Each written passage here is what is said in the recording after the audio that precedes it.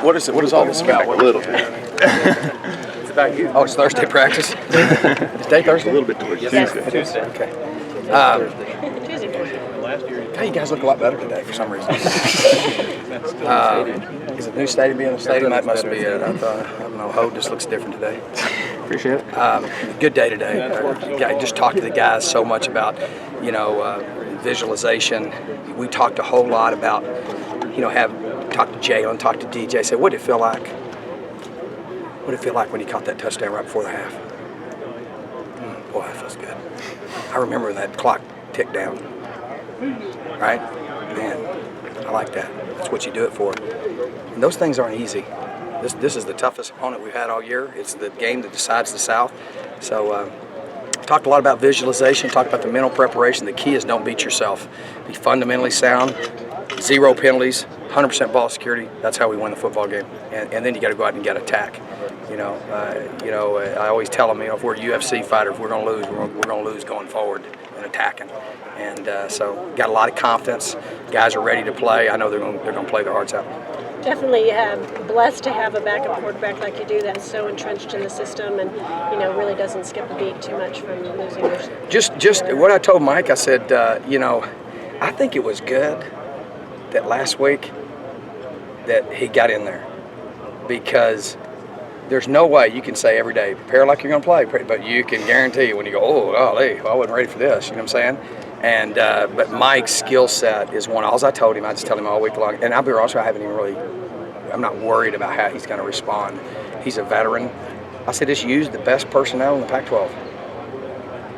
I believe we got the best tailback. I believe we got the best receiver.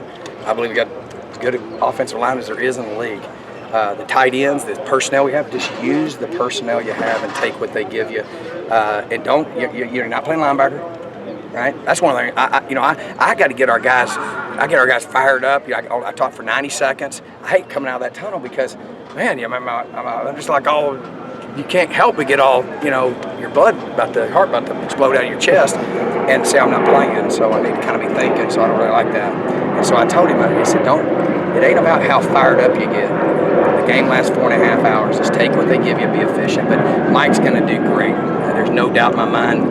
All he's got to do is manage the game, take care of the football, distribute it to our guys. It'll be a great show. Do you feel like, are you going to start Ami at that 3-tech spot? Yeah, I think so. Ami and Smallwood will both. So I don't know who will be listed as starters. Whoever Coach Ship wants to list there, but both those guys are basically starters. 2 starters at 3 technique are Ami and Smallwood. At nose tackle, it's Jackson and Cherry. Cherry has had a really good 2 weeks. Marcus Hardison try to play every snap he can play. Then Edmund will come in there. DeMaurier is going to play as many snaps as he can on defense, and then Antonio will get the other one. So that's kind of the depth. What's the rotation like at corner? Is Quishy going to start? Who? Is Quishy going to start? I don't know. Ask the coach. Who coaches corner?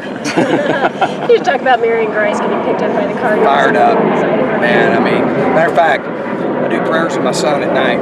And man, first thing he said, man, I'm so excited Marion's with the Cardinals and back in the Valley. He said, now he can come watch practice every day. I said, well, he'll probably be a little busy.